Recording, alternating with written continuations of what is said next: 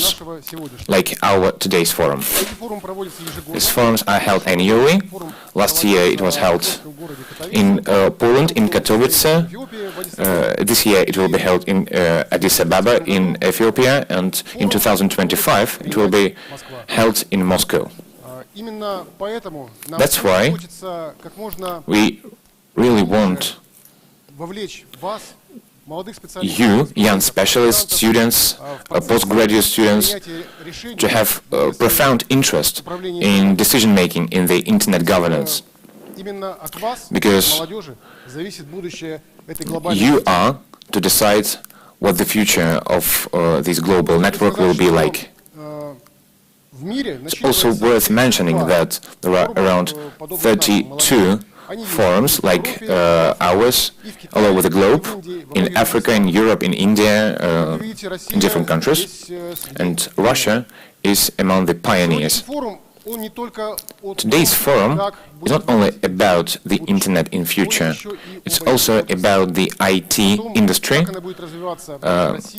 about its development in Russia and in the world. It's no secret that staff is the key. I mean people who write programs, write codes, and design equipment. And again, that backdrop, it's great that our government provides unprecedented support to this industry and to young IT specialists. Last year, at the first forum, we adopted a youth message. It's a very comprehensive document in which the participants expressed their concerns and hopes about the development of the global network. And lots of the provisions are already being implemented. At the initiative of the Russian industry, a document about protection of children in the digital network was adopted, and state plays an unprecedented role in this, and in supporting young specialists. That was another provision of that document. Another initiative was creating the post of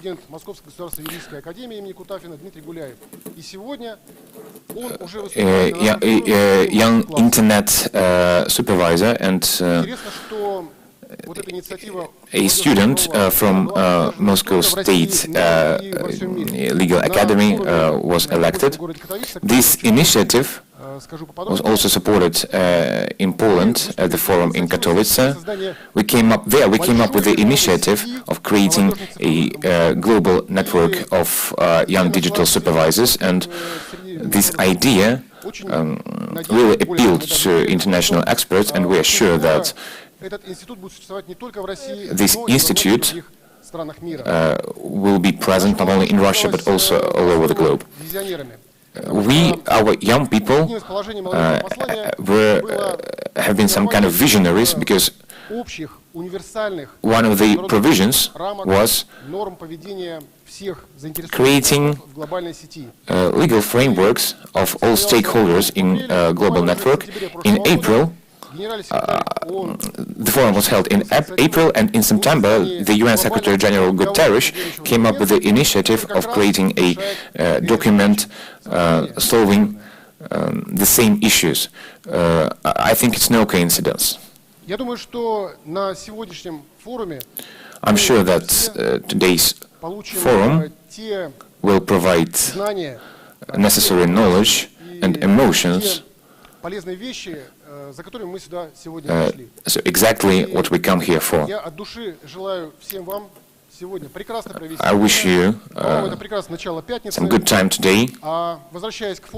I think Friday started in the right way.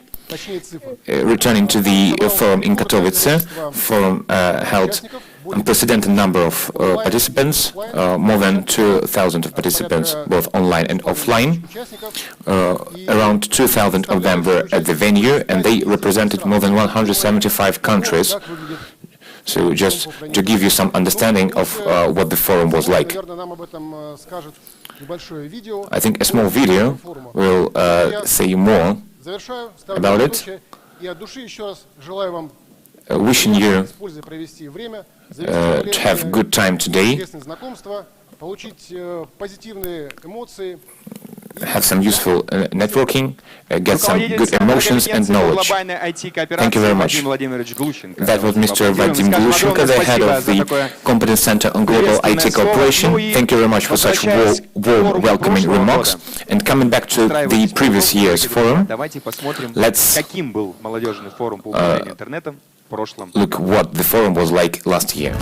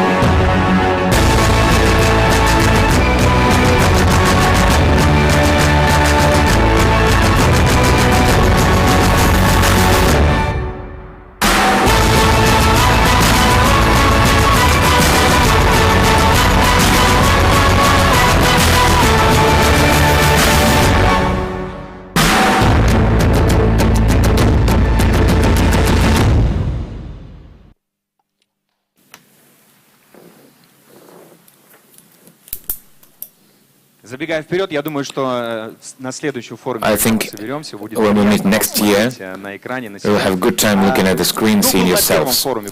Who's present at the first forum? Please give us some applause. Для всех остальных Great. сегодня So, дебют, да, ребят, мы all the всех rest поздравляем, потому что действительно have it for the first сегодняшний time. день будет очень интересным. Congratulations.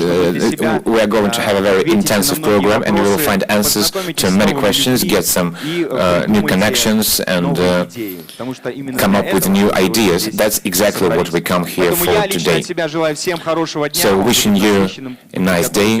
It will be intensive. Be ready for that, and don't hesitate to take part in the discussions. If you have any questions, ask them, get answers. That's exactly what we come here for. A couple of words about the forum. The forum keeps on developing, and that's why we have announced the start of the competition program, in which the young IT specialists presented their projects. And today, the prizes will be awarded in the nominations Best International Youth IT Project for the contribution of international cooperation in the sphere of IT, that's the second nomination, and a special prize from our partners, Plekhanov Russian University of Economics, for the best educational project under the auspices of the forum Youth RIGF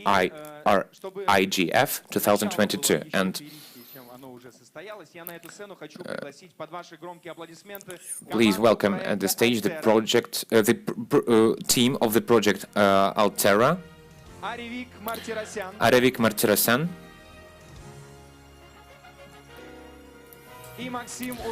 and Maxim Uryvayev.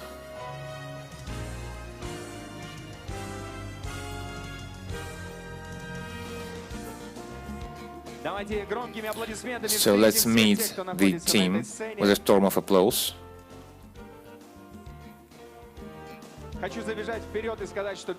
Looking forward, now you see the winners, but in which nominations we'll find out later.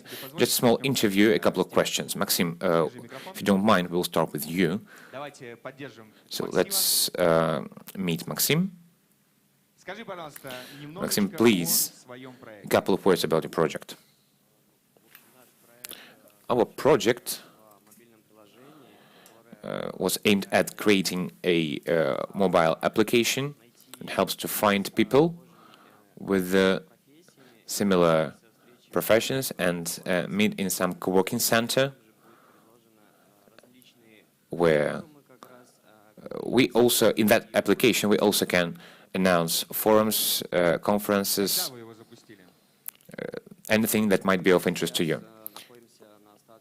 We are now developing it, and we're about to launch it.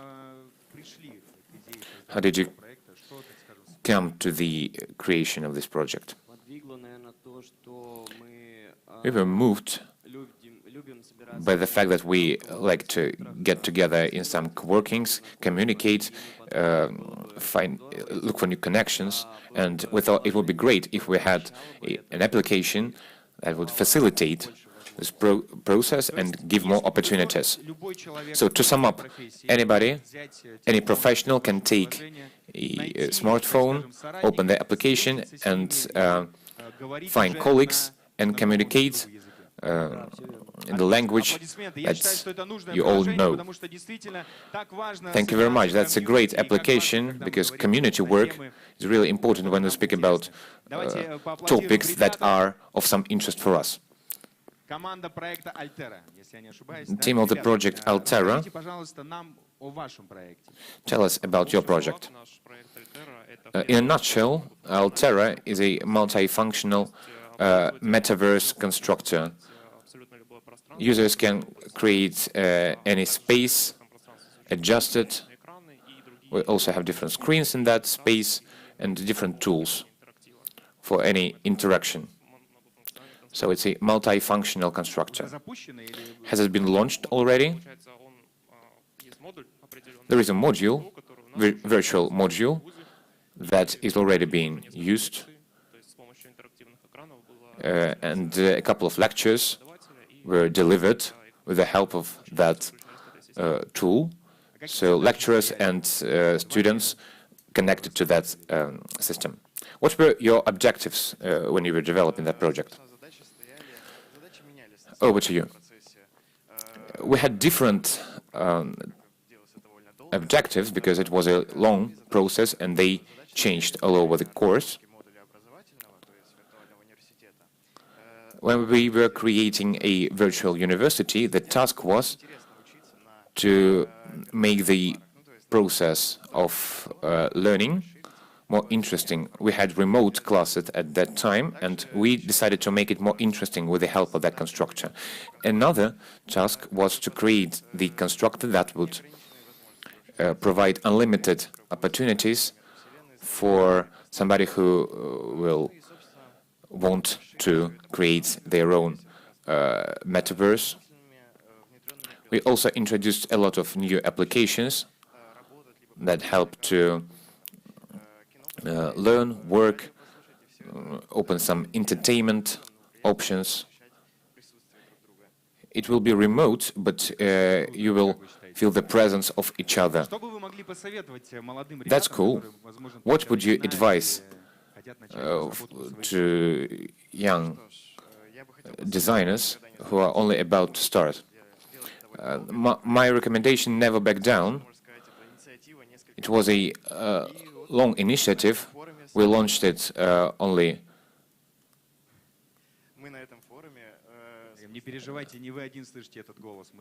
There were only.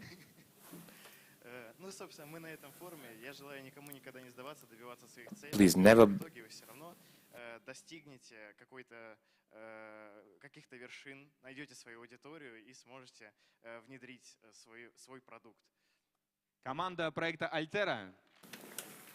Передайте, Team Altera. Здесь должны звучать аплодисменты в 2 раза громче. Аревик Мартиросян. Потому что все считают, что... давайте так. IT-сфера — это в основном для мужчин. Мужчины в этом больше разбираются. Вот, пожалуйста, вам наглядный пример. Аревик, расскажите, пожалуйста, о вашем проекте. Please, Arevik, tell us about your project. In brief, the School of International Digital Security is a youth educational platform that was designed to expand the limits of the young generation so that it could be included in negotiation process of the security sphere. It was launched in April last year. Is it already on? Yes, a couple of times a month. we have interesting events, and we welcome everybody there. How did you get the idea of it? It's very easy. When I was writing my thesis, are there any other guests who already have their thesis written? So that's why you understand what storm of applause RIGF deserves. How does your project work now?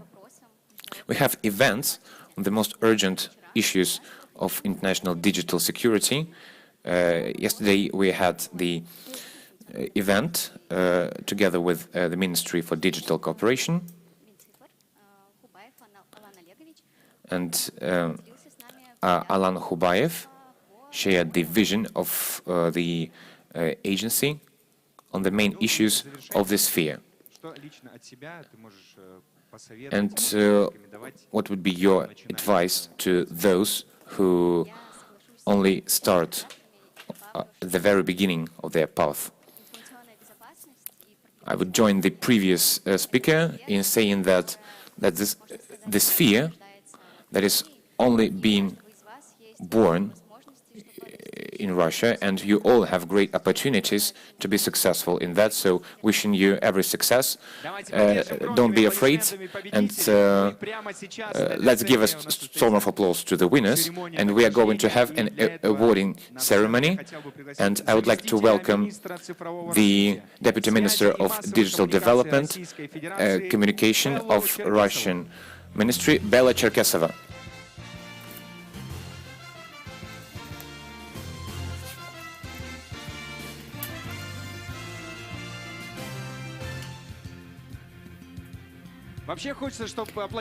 We would like to hear applause more often and louder.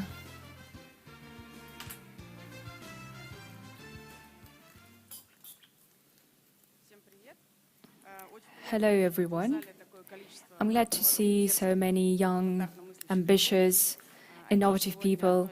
IT is one of the best directions for the state, very innovative one. It's one of the priorities as well. We have unprecedented supportive measures, and they speak for themselves. And there are many anti-crisis measures right now, and we often hear different questions. Can we have the same support as IT? Well, you are very lucky in this case. I think that IT just blurs out all the borders. And I just want to wish you many perspectives, unlimited ones as well. I think that we'll overcome any crisis. And I wish to you all, and to all the winners and future winners and the participants of this forum, digital innovations. Thank you. Bella, looking at the people who stand here and for those who sit in the hall, do we have future of internet and IT? Yes, we do. Yes, great. And so now, let us go to the award ceremony. I would like you to give a round of applause for the guys again. I think in some time you might find yourself on this stage, and I believe you will be very pleased to hear applause. Nomination: Best International Youth IT Project. The winner is Altera Team.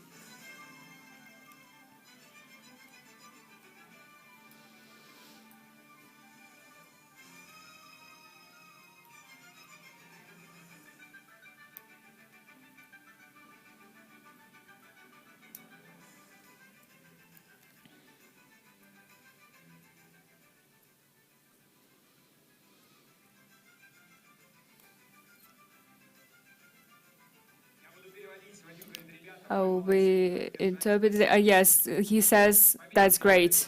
You keep it up. The next nomination, the contribution to the international cooperation, the IT sphere, comes next. And first, we'll take a photo for memory. So here comes the contribution to international contribution to IT area. Aravik Martirosyan is the winner.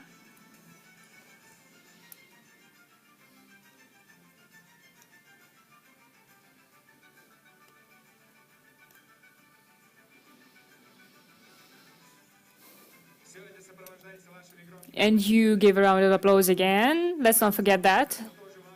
It's very important, those who are standing on the stage.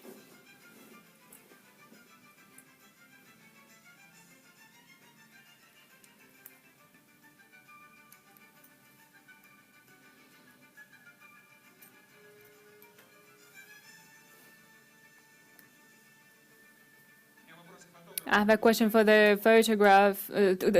photograph masters. Do you have time to take photos? And special prize from the digital transformation at Plekhanova Russian University of Economics for the best educational IT project within the framework of Youth RIGF 2021. Maxim Ruwayev is the winner.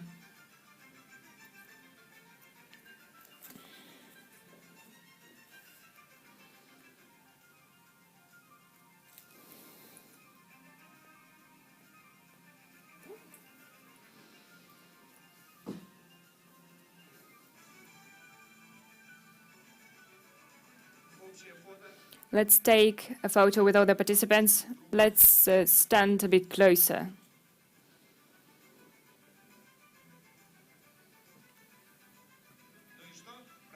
Right, right. Again, a round of applause again. Thank you very much. You might say a couple of words to our winners. Dear friends, we thank you cordially. We are proud of you. This award was launched this year, and it was the first one. It's our trial, so to say.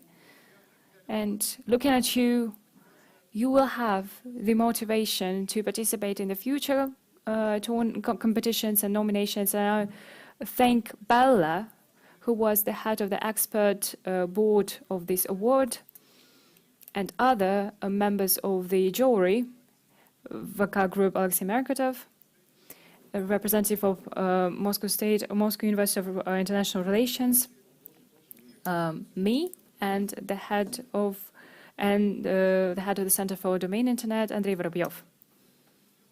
It's a very big business and deal, and you will develop your projects further on. Thank you very much. I was very pleased to be the head of the expert board. IT is limitless, and this time many people from around Russia participated here, and we would like to expand our geography, and we await everyone next year. Welcome and good luck. This is the message from Bella to everyone who watches online. We are waiting for you next year in this venue, and you will see with your own eyes those who stand on the stage who to participate. Thank you very much again to our winners, to Bella, to Vadim, and to all the jury members. Let us give a round of applause for them again.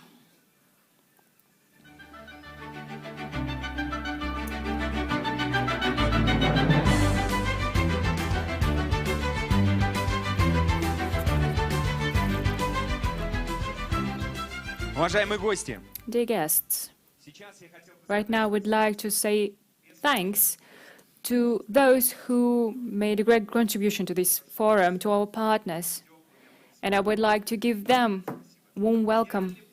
Our general partner, social network VKontakte. Our partners, Ministry of Higher Education and Science of the Russian Federation. Special Tech Control.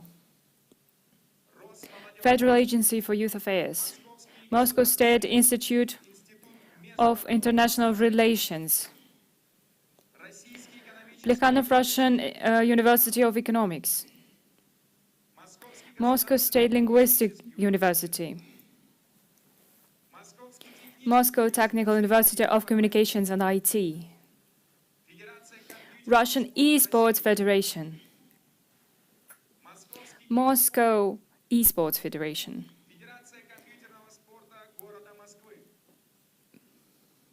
Moscow Cybersport, and S-Force Holding Company.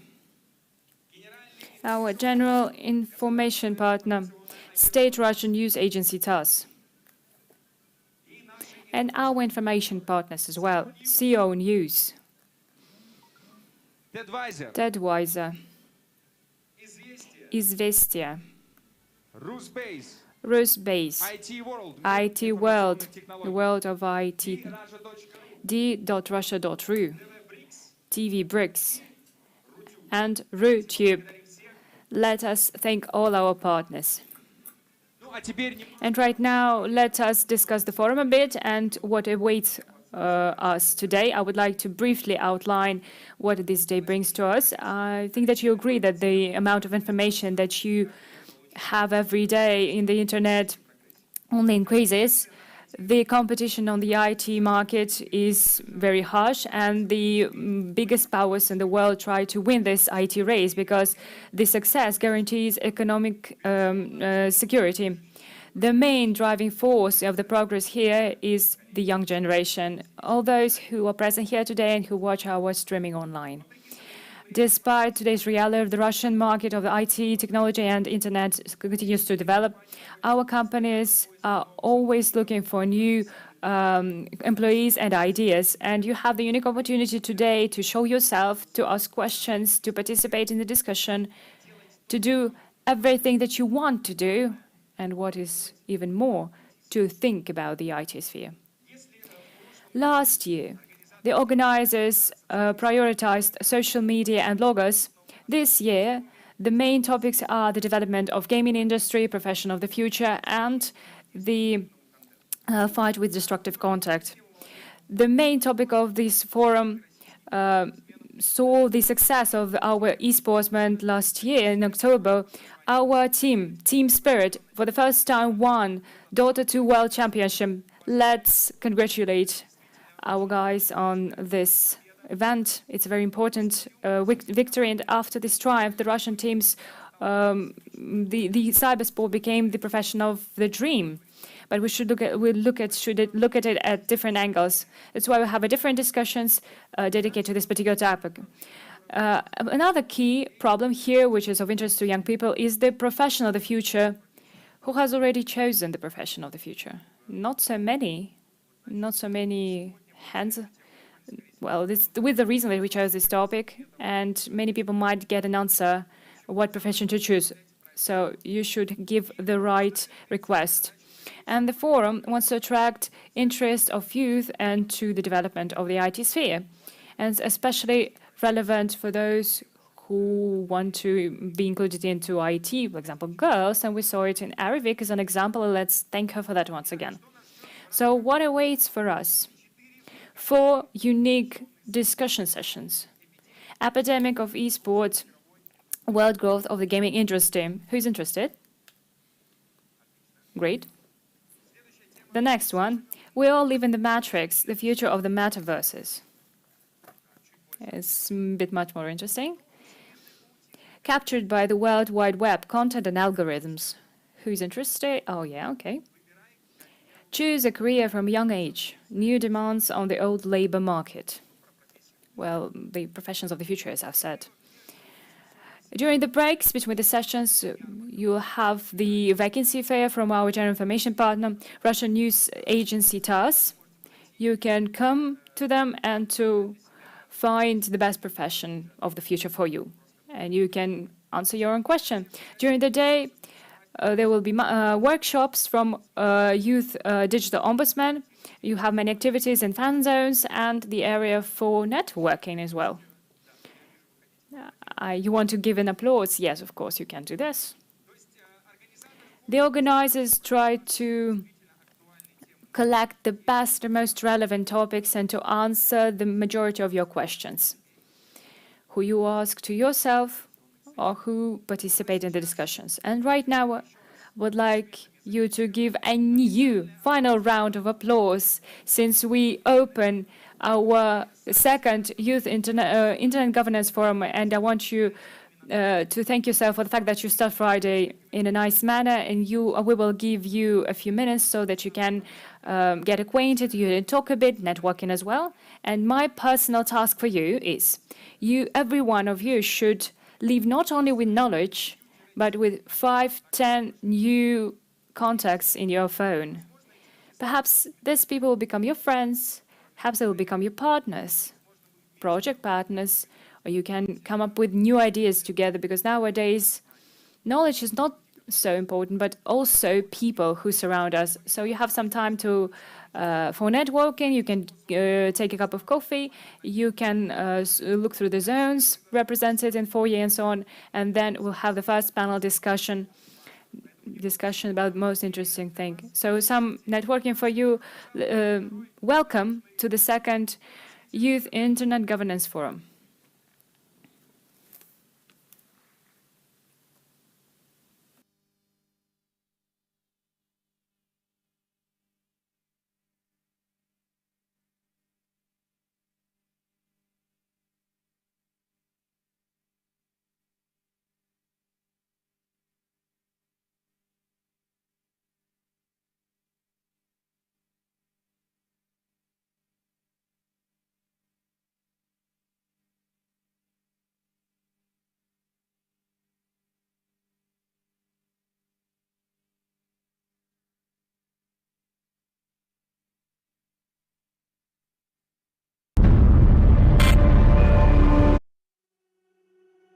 Modern technologies are an integral part of our life.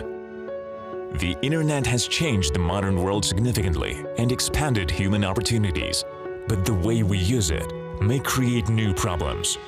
Our personal data and freedom of choice on the internet are exposed to great threats. With the development of digitalization, the vulnerability of critical infrastructure and socially significant facilities in many parts of the world increases. Darknet allows crimes against humanity to stay unpunished, rewarding the worst traits of human nature. Excessive use of digital technologies deprives our world of uniqueness and begins to blur the boundaries between the virtual and reality.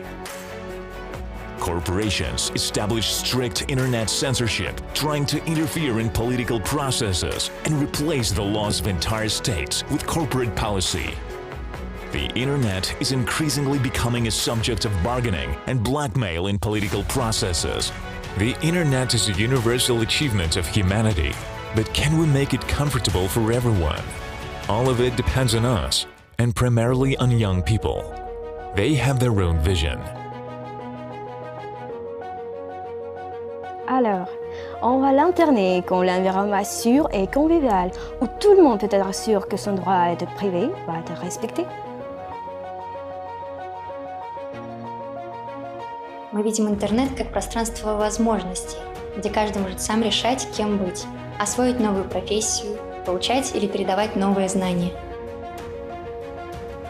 网络是我们畅所欲言的场所，在网络上，每个人都可以平等地获取海量信息，每个人都可以自由地发表自己的见解。 Vemos Internet como un lugar de igualdad universal y prioridad de los valores humanos universales, donde las grandes corporaciones tienen los mismos derechos y las mismas obligaciones que los usuarios comunes. ونحن نرى التكنولوجيا كوسيلة أولئك الذين يحتاجون إلينا الذين نحبهم. We see the world where the internet cannot be turned off for political reasons. The world where the internet is a property of an international community. हम एक ऐसी दुनिया में जीते हैं जिसमें हमारी तकनीकी विश्वास हमारी विविधता और व्यक्तिगत मूल्यों को बनाए रखने में मदद करते हैं. World where we're united in our aspiration. Global IT cooperation.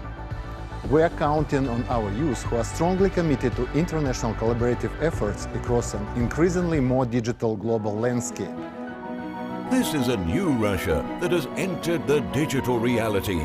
With the help of the internet, we strive to provide equal access to knowledge, technologies, and any people around the world. Create equal opportunities and conditions for everyone and make your stay in cyberspace safe. We believe that cooperation should be in the very heart of the new digital order. Only together we will make the internet an accessible and safe environment for the entire international community. We have global, long-term goals. And if you share them, we urge you to join our efforts.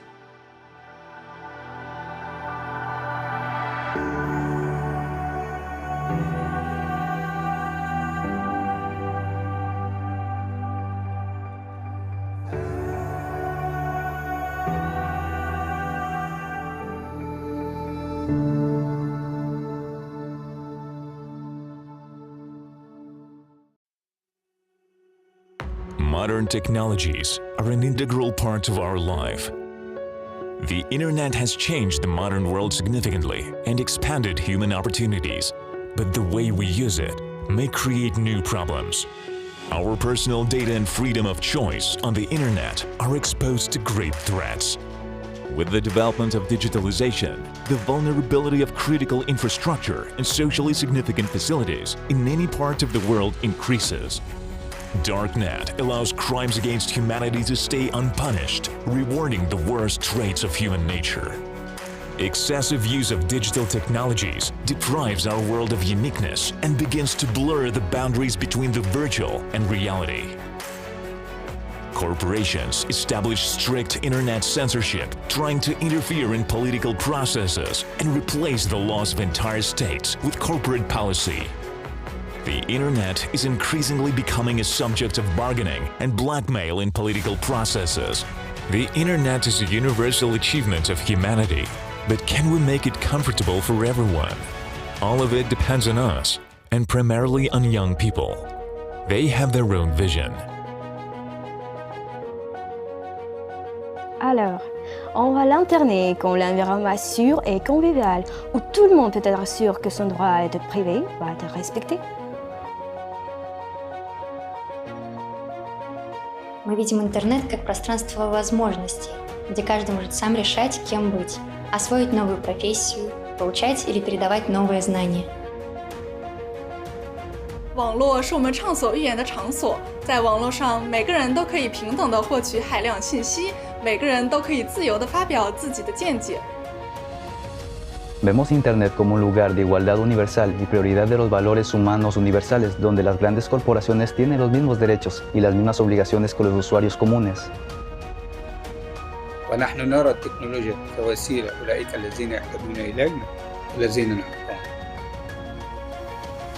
We see the world where the internet cannot be turned off for political reasons.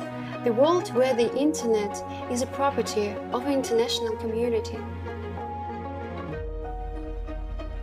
हम एक ऐसी दुनिया में जीते हैं जिसमें हमारी तकनीकी विश्वास हमारी विविधता और व्यक्तिगत मूल्यों को बनाए रखने में मदद करते हैं। Wir sehen die Welt, in der moderne Technologien helfen werden, Umweltprobleme zu bewältigen und unsere Welt zu verbessern. We see a world where we're united in our aspiration for sustainable development, and technology is used as a tool that serves for the good of the people. Technologies that allow us to reveal the full potential of individuality while still remaining ourselves.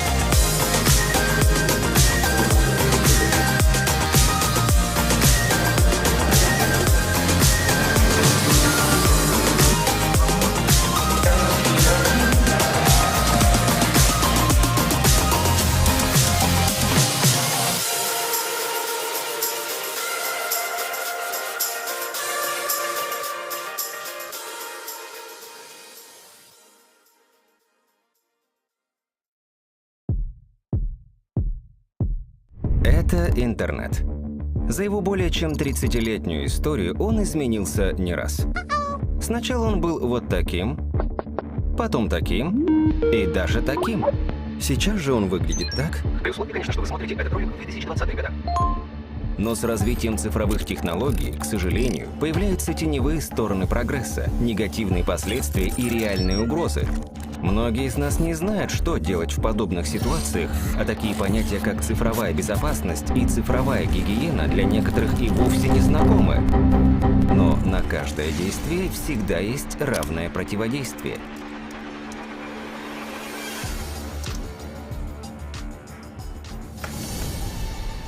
Привет! Меня зовут Дмитрий Гуляев, и я молодежный цифровой омбудсмен. Моя главная задача – защищать твои права в цифровом пространстве. Интернет – это не только возможности, прогресс и знания, но это также и вызовы, с которыми мы сталкиваемся ежедневно. Команда молодежного цифрового омбудсмена продвигает правила использования интернета и технологий во благо. Вместе мы поддерживаем молодежные инициативы и ведем общественные проекты. Если хочешь узнать больше о нашей работе или нуждаешься в поддержке и защите, заходи на сайт.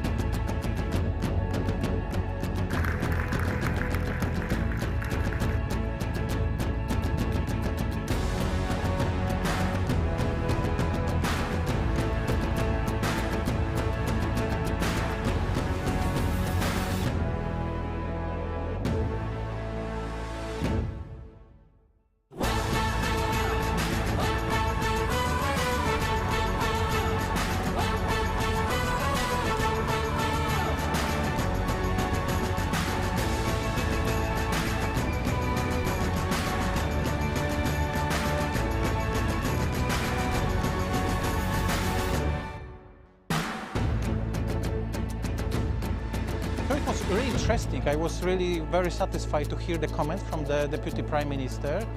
Even if you couldn't join us physically because of the obvious reason, but we've been very happy to have a video message with very important information and also talking about the technologies we've been talking on the panel. And 4 of them are the most important from the perspective of the forum. And I think that the Deputy Prime Minister is sharing them as well, which is like infrastructure, access to the infrastructure, services provided by the administration or businesses, education and skills. This is a very important component, cybersecurity.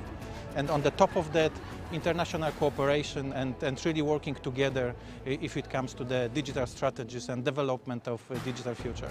I think it's really good that Russia has offered to host the IGF during such a critical year before the renewal of the mandate. I hope, I trust the General Assembly will renew it. So through this, we are going to work with Russia how it continue to the other step, because hopefully we're going to improve to some extent in this year. Then hopefully it will be the great for the next one. We believe in it. We think it's a very important bottom-up, multi-stakeholder, diverse venue, and it does help us to have so many ideas bubbling, I should say, in this context.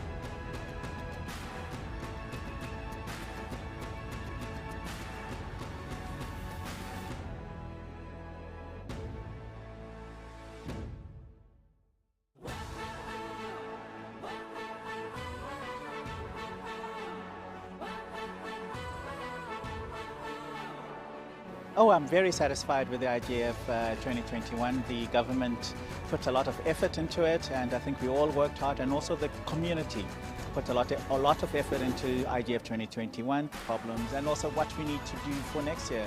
For example, we had comments about youth involvement, capacity development. So those are key issues and key areas that we will be trying to focus on next year.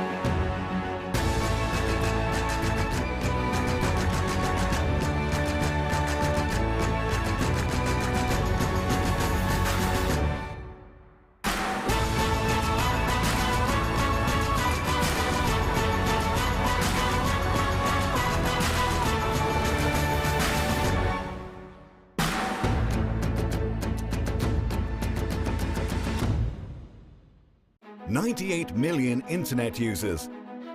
This is the number of Russian citizens who have access to the information space and all its opportunities.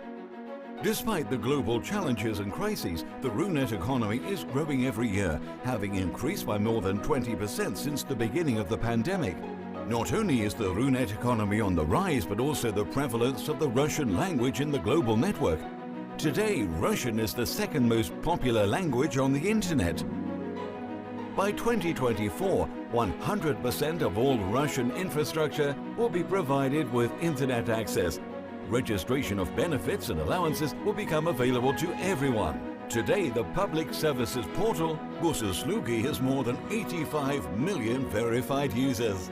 And in the coming years, the Russian economy will be able to receive about 500,000 new, highly qualified digital specialists annually.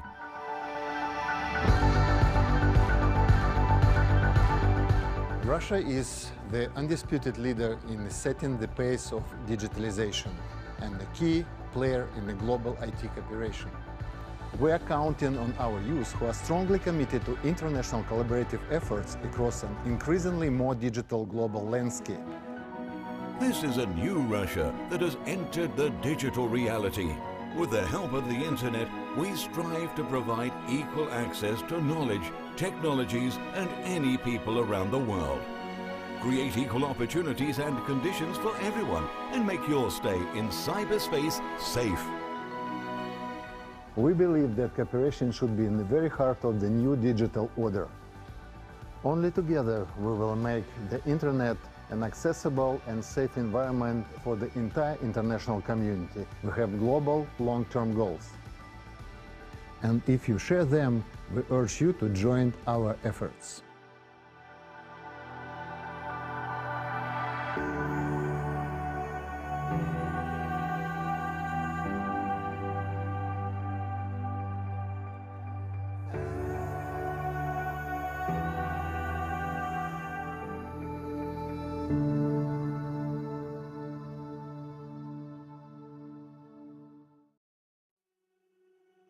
Modern technologies are an integral part of our life.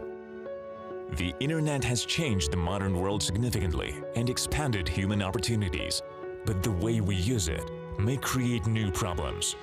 Our personal data and freedom of choice on the internet are exposed to great threats.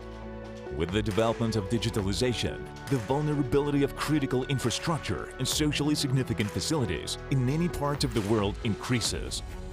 Darknet allows crimes against humanity to stay unpunished, rewarding the worst traits of human nature. Excessive use of digital technologies deprives our world of uniqueness and begins to blur the boundaries between the virtual and reality. Corporations establish strict internet censorship, trying to interfere in political processes and replace the laws of entire states with corporate policy. The internet is increasingly becoming a subject of bargaining and blackmail in political processes. The internet is a universal achievement of humanity, but can we make it comfortable for everyone? All of it depends on us, and primarily on young people. They have their own vision. Alors, on va l'Internet comme l'environnement sûr et convivial, où tout le monde peut être sûr que son droit à être privé va être respecté.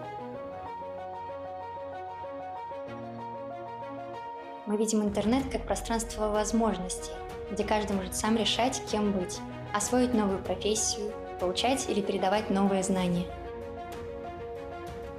网络是我们畅所欲言的场所，在网络上，每个人都可以平等地获取海量信息，每个人都可以自由地发表自己的见解。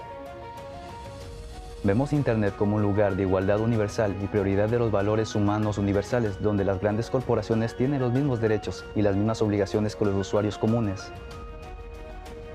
ونحن نرى التكنولوجيا كوسيلة أولئك الذين يحتاجون إلينا الذين نحبهم. We see the world where the internet cannot be turned off for political reasons. The world where the internet is a property of the international community. हम एक ऐसी दुनिया में जीते हैं जिसमें हमारी तकनीकी विश्वास हमारी विविधता और व्यक्तिगत मूल्यों को बनाए रखने में मदद करते हैं। Wir sehen die Welt, in der moderne Technologien helfen werden, Umweltprobleme zu bewältigen und unsere Welt zu verbessern. We see a world where we're united in our aspiration for sustainable development, and technology is used as a tool that serves for the good of the people. Technologies that allow us to reveal the full potential of individuality while still remaining ourselves.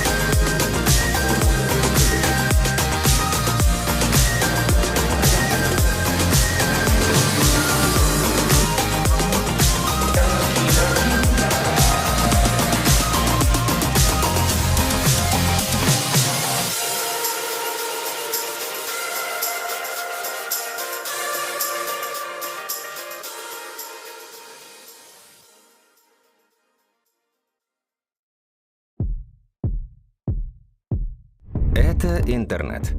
За его более чем 30-летнюю историю он изменился не раз. Сначала он был вот таким, потом таким и даже таким. Сейчас же он выглядит так. При условии, конечно, что вы смотрите этот ролик в 2020 года. Но с развитием цифровых технологий, к сожалению, появляются теневые стороны прогресса, негативные последствия и реальные угрозы. Многие из нас не знают, что делать в подобных ситуациях, а такие понятия, как цифровая безопасность и цифровая гигиена для некоторых и вовсе не знакомы. Но на каждое действие всегда есть равное противодействие.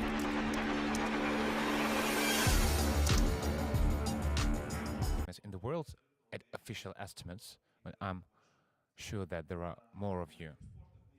The audience of esports is about to reach 500,000 gamers. People who consider themselves gamers. There are 74 million of them, but we're sure that there are much more of such people.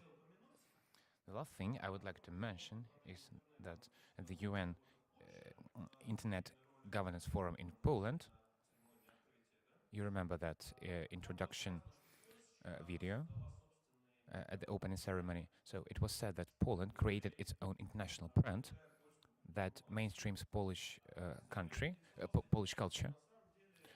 I got interested in that question, and I found out that the Polish have a very interesting policy.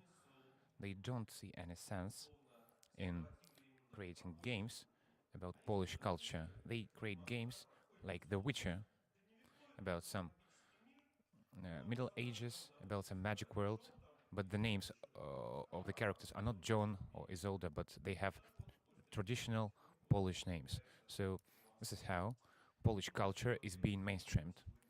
I hope that we will discuss these topics as well. I would like to introduce to you our dear speakers. First, Dmitry Smith, the president of the Computer Sports Federation of Russia. Nikolai Petrosen, ES Force Holding General Director. Sergei Barkhodaryan, ES Force Holding Commercial Director. And Artem Chermenin, VK Place Director for Strategic Development. So let's move on. In 2001, Russia was the first country to officially recognize cybersport, and everything was fine, everything was developing quickly. We had strong professional clubs developing, amateur esports are developing as well. But nowadays, Russian esports face difficulties due to the international situation that we are facing now. That cancel culture is being promoted. We cannot pay for games, etc. And I would like to ask a question to Dmitry Smith, a person responsible for mass esports. How to develop esports under such unprecedented pressure? What are we about to do? First of all, good afternoon.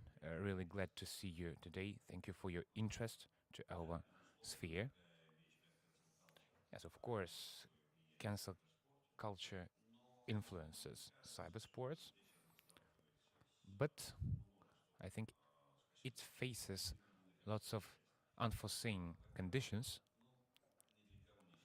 It's no secret that in games people see it like rest, and they don't want to take those problems, difficulties, they do it for themselves. And it's much more interesting to play with your, let's say, soulmates. At the very beginning of the development of this sphere, we had a club. Some people attending that club would come by underground, some would come by Mercedes. They were of different backgrounds, different social spheres, but when they started to play, the only important thing was how you play, how you communicate, and so on. That's why, in my opinion, cybersport, esports should not change. Of course, political pressure and cancel culture pressure will be felt, but I think it will be easy for esports to get through that difficulty. Yeah, thank you.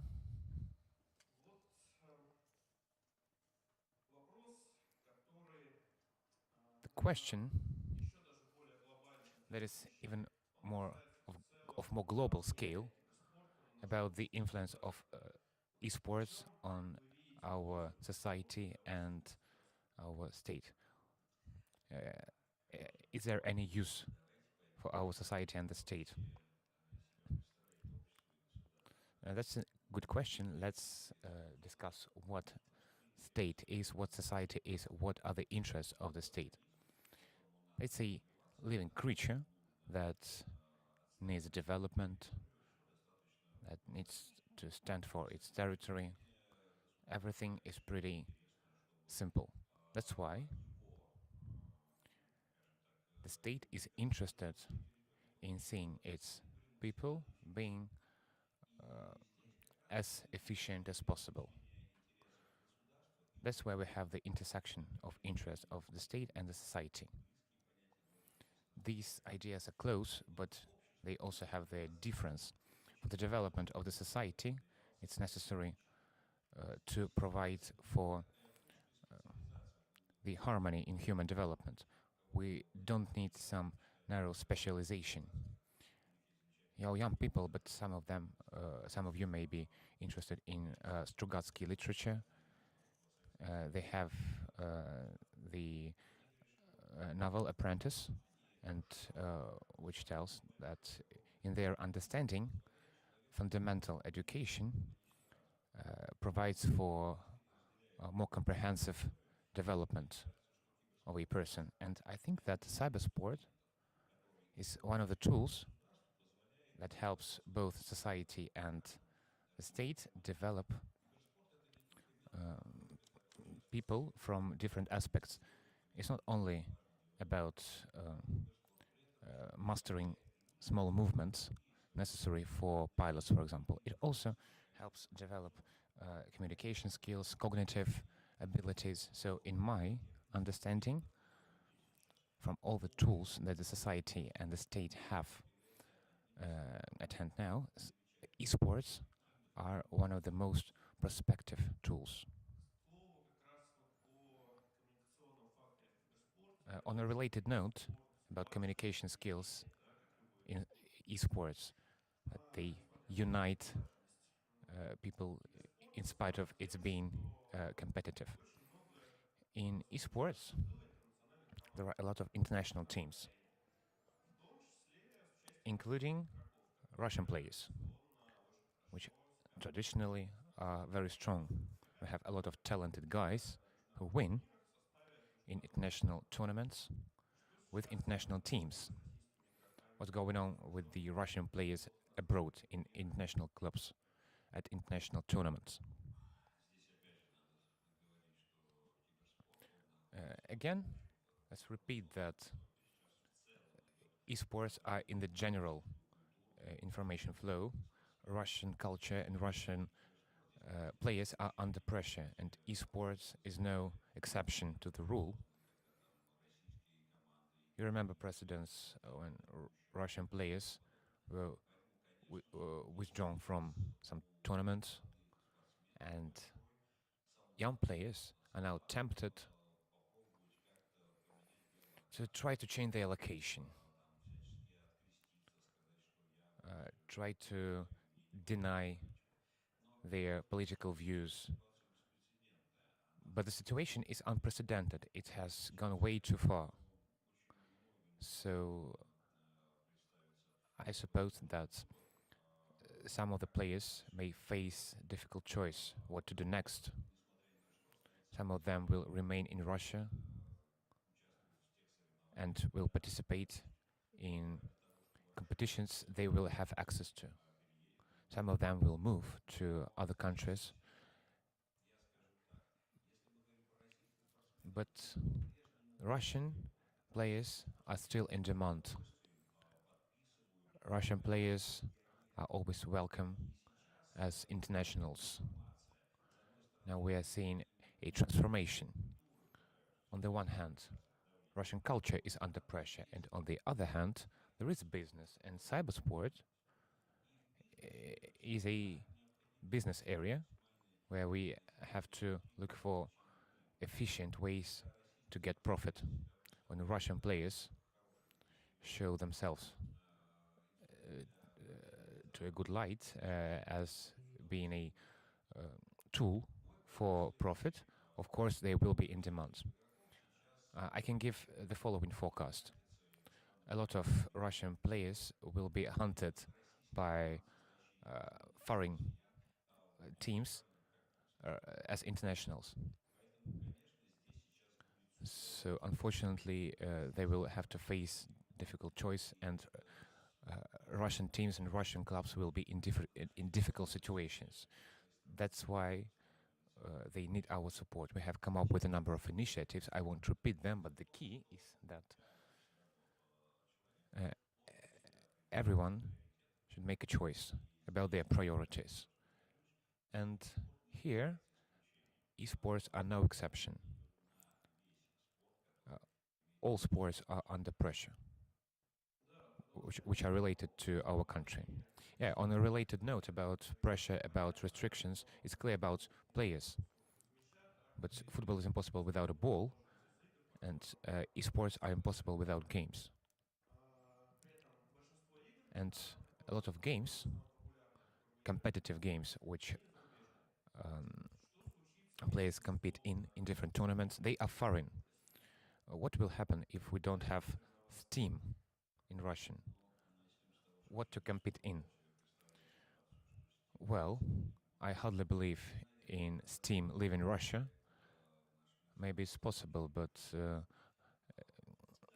our world is not made enough for such situation. A lot of commercial companies now, including Valve, that owns Steam, Counter-Strike, etc.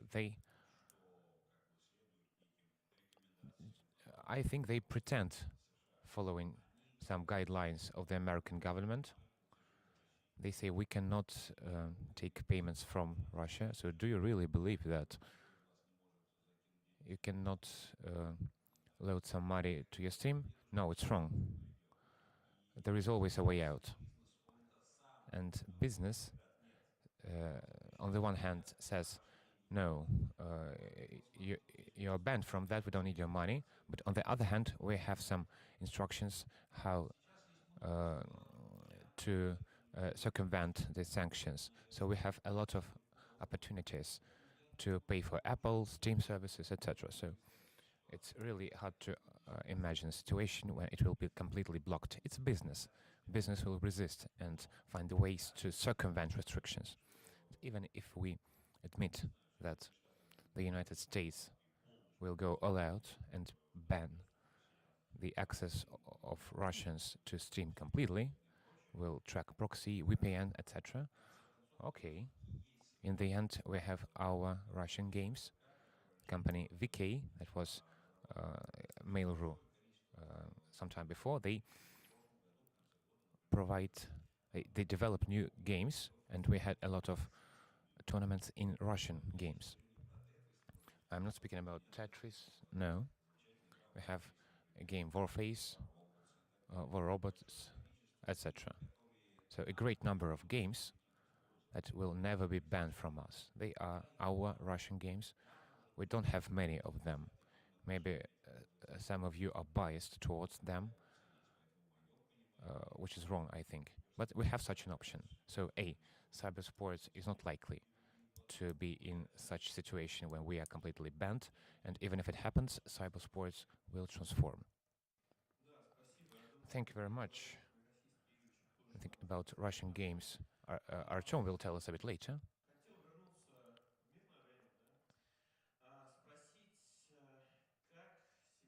If we make a flashback to some previous time, what about education?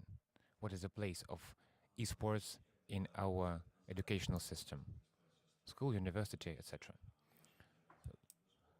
Some decades ago, when I envisaged the development of esports, I made emphasis on club structure. I thought that clubs should be the base for the esports development. Now we see a situation when in every university we have esports clubs.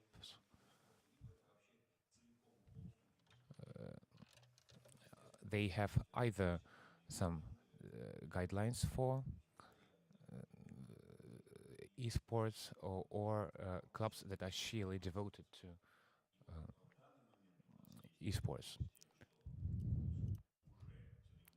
Now we have some universities competing in university leagues with our Russian University Union. That's a legal entity we created. Next step is to reach out to schools. Our task is to create such network in comprehensive schools. In my understanding, esports are a unique and very positive tool for comprehensive development of a personality. And an important proviso, nowadays competitions are allowed from the age of 14, so we speak about students of 9th, 10th, 11th grade, but in my opinion, we can decrease this blank from 14 to 12. So now we are working at the creation of clubs in all comprehensive schools. With a single proviso, we have great misunderstanding from parents. So the only way to get a child into esports is the permission of the parents.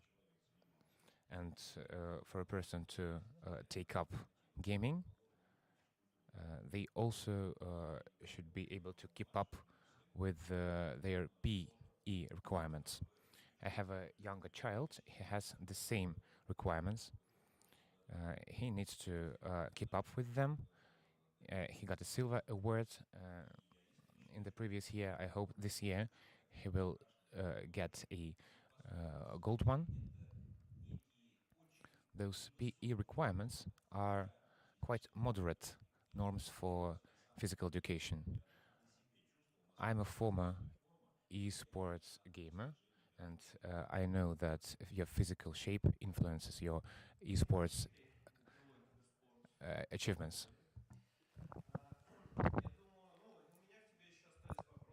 I still have some questions for you, and I believe that our audience will also have some questions, but we'll need to move on. We have spoken about clubs, about gamers, about education in esports sphere. Let us speak about ourselves, about the audience, because every sport can't be commercially profitable without a mass audience, and cybersport or esport is no exception. Maybe differently, or maybe together with other sport types, the main audience is online audience of the streaming platforms. And I would like to ask Nikolai Petrosyan. Nikolai, you have a huge experience in the traditional sport, in e-sport as well. You can compare fans in both areas. Who are those people who watch and support esports clubs? And how much is esports different from any other traditional sport in terms of the audience? Let's start from the point that audience, fans and supporters in general, with the favorite clubs, have irrational emotional link. No fan of hockey or football or esport cannot explain really why he or she is so emotional about what this sports club does on a hockey, in hockey, in football, anywhere. It's almost unbreakable emotional link, and it defines all interaction between the club and its audience, between the sports type and the audience. And the difference between e-sport and traditional sport is that the majority of fans are also gamers in particular discipline. And we can't say the same about hockey, for example. In order to do hockey, you have to go to special clubs since early age and to buy equipment and to always keep fit. And that is why the majority of hockey fans don't really understand the difficulty of this game, how difficult it is to skate, to wrestle even there, to catch this little puck which flies with more than 100 kilometers per hour. But as for gamers, they play the same game. They follow their favorite team and they have their favorite esportsmen. And in this context, the audience of esports is more loyal and has more understanding of what is going on. And you understand that to win Dota is actually very difficult. It's very difficult for understanding as a game. And it's not enough to be just a good esportsman or to be just a good team of 5 to be successful on the international arena. There is always someone who's better. And international Dota championship proves the same point every time.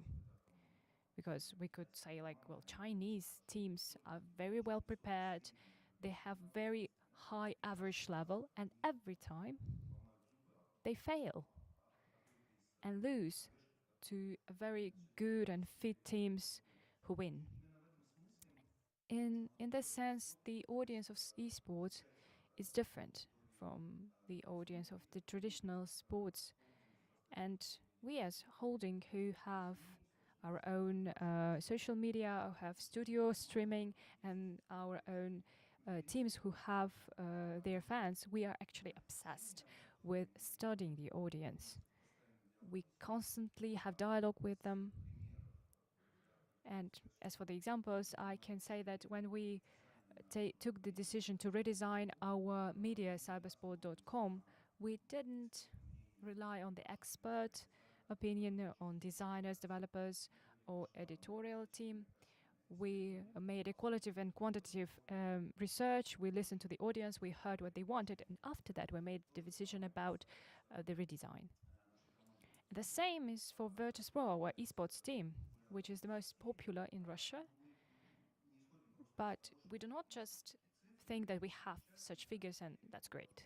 And so welcome sponsors and advertisers. We can ensure the communication with such a great audience of gamers. We always listen to them. We study them. We look how their preferences change, how their attitude to the team changes at the backdrop of their failures and wins. Well, they're both present in sport. We want to be better, to better live up to the expectations of our audience, taking in mind that the audience understands better what we do, what esportsmen do, rather than football, hockey, or tennis fans. Thank you very much for such a profound answer. Let's continue with the audience for now, and the comparison to the traditional sport. You said that not every hockey fan plays hockey, him or herself, but at the same time, they have such an opportunity to kick the ball on amateur level, to play football, for example. But at the same time, we have Formula 1. Not every fan has a car that can be competitive like that, but Formula 1, as far as I know, is the third audience in the world after World Cup of football and after Olympic Games. To my personal opinion, somewhere in the future might be esport might become like Formula 1 now on super hardware. But super mass esport will be mass esport. What can you say about the mobile esport in the nearest future? It's obvious that mobile games are developing and they appear in abundance, and the majority of the gamer audience, speaking about what you cover any topic in a more scientific way or more entertaining way. We want to give an opportunity to our colleagues and partners to get extra traffic from such a database, extra opportunities rather than competing against each other. We're going to bring together like-minded stakeholders in the market who are creating the reliable content, and thus we would set up a database. A brief comment. If this is a linear content, I'm in the window, you were looking for a window and here it is again. But there are non-linear things. For instance, you have listened to a lecture on astrophysics, whereas in terms of the recommendations, the algorithm would tip you on science fiction or a movie by Stanley Kubrick or anything like that. If you understand what I mean, so it would be a tip from a totally different area, which might be quite interesting.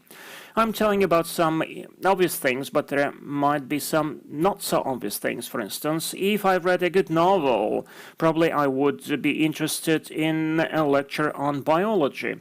So, I mean, would you offer such cross-functional opportunities to expand, to broaden the human mind's horizons? Any ideas about that? Well, there are two things I may share. First of all, you just let this opportunity in, meaning that something which was not obvious, you just introduce certain links and you see whether this is interesting for the user or not, whether it's coincided with their interest or not. So it's kind of a test system. But as far as we are in launching the content, this is not just about spending time on internet, but understanding what is so interesting for people is not the very essence, because what is